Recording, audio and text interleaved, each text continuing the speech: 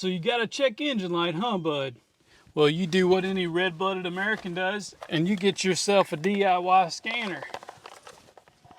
You plug this little... You know what? This is a 1989 Toyota. It doesn't have anywhere to put this. So what do? So here's the facts. The scanner I was trying to use inside was an OBD2 scanner. That doesn't mean out of beer, dude. That means onboard diagnostics. Now, onboard diagnostics 2 wasn't around until around 95-ish.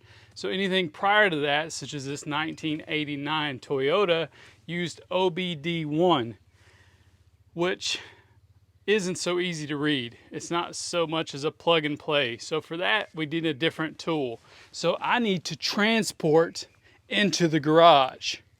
I paid a 12-year-old $37 for that teleportation effect. Also wrote him a check, which is, it's no good. So he's gonna learn 2 life lessons. 1, you know, how to work hard, and then 2, don't take checks from just strangers. Anyway, to figure out our check engine light on an OBD1, we need a special tool.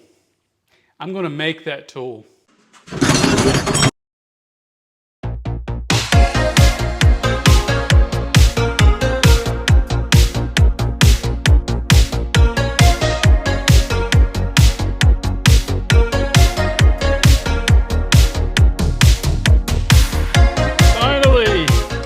It is done. All right, you got me. So it's just a paper clip. I had to add a little bit of dramatic flair.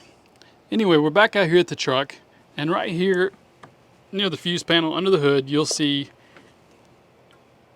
diagnosis. Is that readable?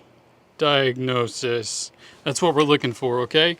Under there, you're gonna see a whole bunch of cruddy panels, little pluggers. I don't know what they are, but I think that's science grease, which keeps everything from shorting out.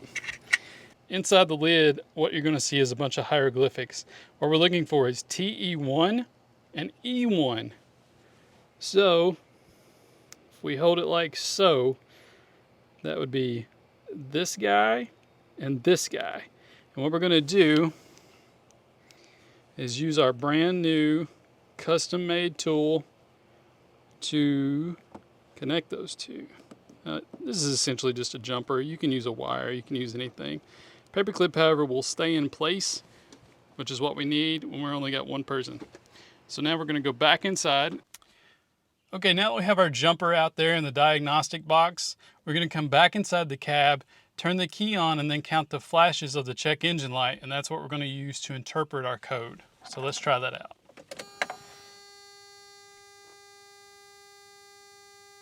1, 2, 3, 4, pause, 1. 1, 2, 3, 4, 5, pause, 1, 2. All right, so it looks like we have 4 blinks, pause, and then 1, and then 5 blinks, pause, and 2. So I'm going to use that on a chart and see what kind of codes we're throwing. Now, we're back in the office, and we're going to get online and try to find a handy-dandy chart to show what the codes mean. Here we go.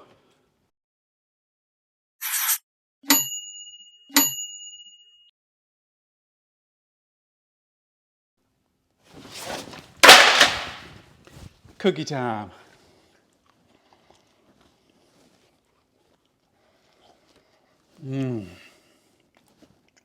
So to recap, we used an amazing tool to plug into our diagnosis box here to get our check engine light to blink. Then we did some sleuthing online to find a chart to associate number of blinks with number of codes and all that jazz. And what we ended up finding was we have a throttle position sensor issue as well as a knock signal sensor issue.